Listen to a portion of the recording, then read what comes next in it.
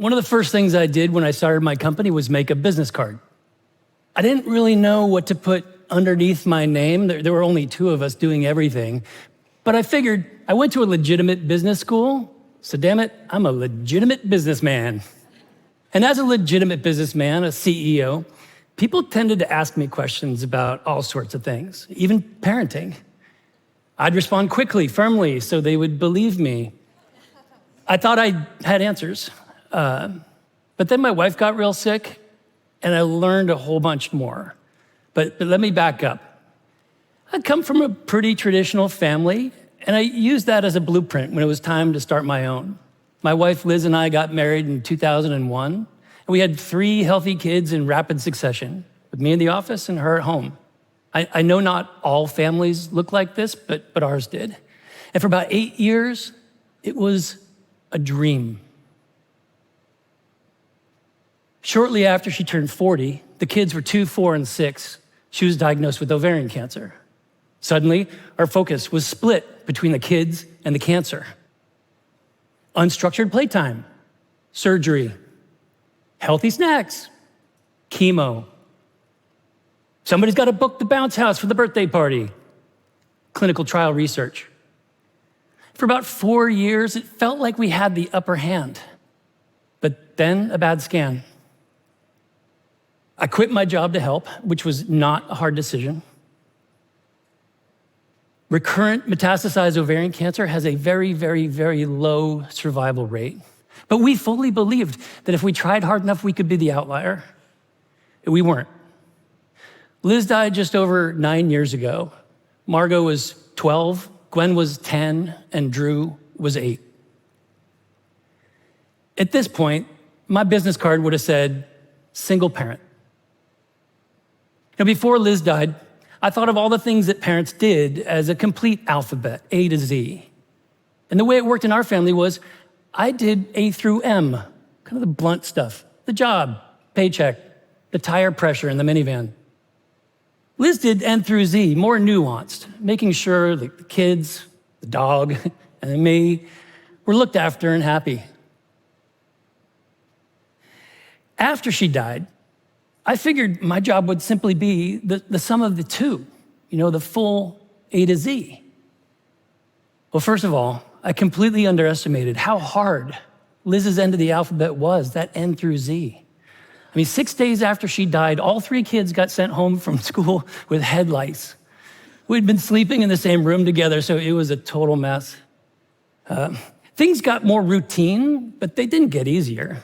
3 kids, 2 schools, 5 after-school activities, just getting everybody to where they needed to be. Permission slip, sunscreen, water bottle, both shoes. I don't know how people did it. But past the literal nitpicking and the logistics was the emotional dimension. I knew my kids, but I didn't know them like Liz knew them. How do you get to know a kid when they're changing so quickly? I tried to keep current. I knew that Margot liked long sleeves, Gwen does not like surprises, and Drew doesn't always understand why underwear is necessary. But they kept evolving. And so I finally just threw that away and adopted a new shoe, new kid program. Oh, I see you've grown out of your shoes. Nice to meet you. Tell me everything I need to know about you. So we got there, mostly, enough, only to realize this. It's not just A to Z. There's a whole world beyond Z, a world I didn't know existed. Doing the routines, keeping up with the emotional evolutions, only gets me into a position to discover this world beyond language. And I got there with all my kids. I'll give you an example. 10:30 at night, middle of nowhere, Vermont, drugstore. Margot and I are staring at the wall of feminine products, the first time she needed them. Dumbfounded, completely confused. And then we decided just to buy one of everything and cracked up laughing at the number of sizes and shapes and approaches.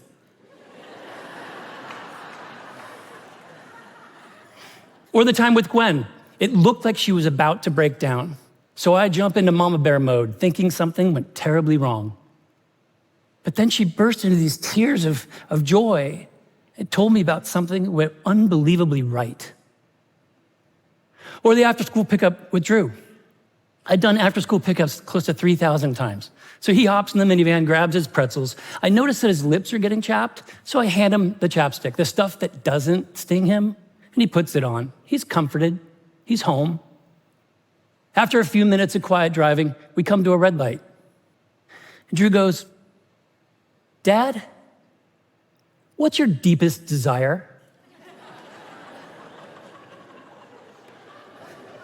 Yeah.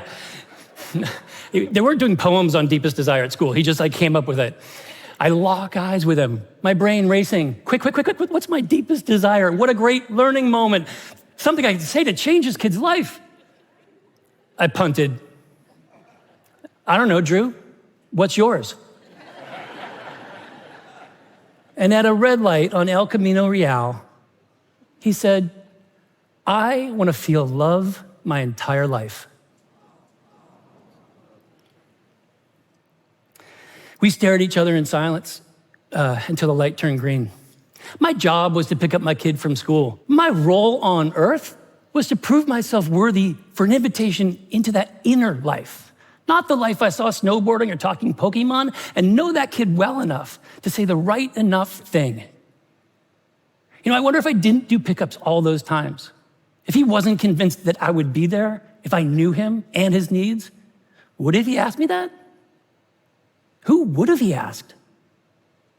All these times my kids were in this space, like nervous system to nervous system, it was beyond language. We laughed, or we cried, or we stared at each other in silence, not needing words to be together. It was like fused in a neurological sense, experiencing, thinking, feeling one thing as two people. Now, maybe some of you have experienced this. I hadn't, and I was trying. But I learned a bunch, and maybe there's some lessons there too, for others. For current A through M parents, if you find yourself tempted to daydream past, or maybe outsource some seemingly mindless task with your kid, remember, the routine can be the ticket to the transcendent. For CEOs and technologists, or anybody that's going to ask me now, how can you support parenting? I'll let you know, it's not about an easier path for logistics or some quicker path through the emotional evolutions.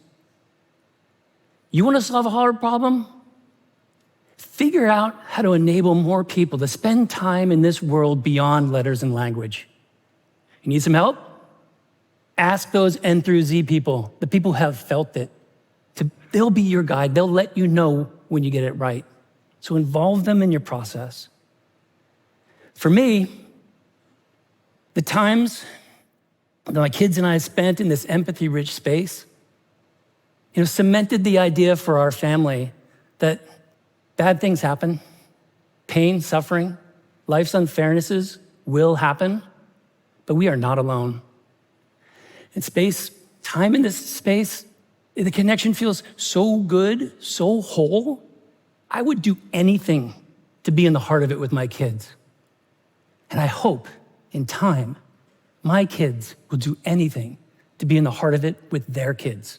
Because once you know, you know.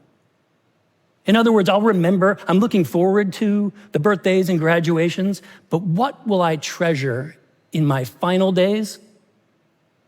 A locked-in stare at a red light, tears of good news, and buying $150 worth of feminine products in the East Cowpath, Vermont. Liz suspected I didn't understand all this when she died, and she was right. Her fear was I'd never find it, and the kids would forever lose access to these sublime interactions that she had with them. Those interactions were the last thing she could bear to give up in her final days. It was her greatest sadness, but also a giant gift for me, paid for at the highest price that I will not squander.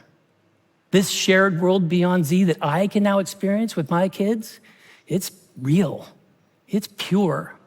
And I know when we're there, they continue to feel their mother's love. Thank you.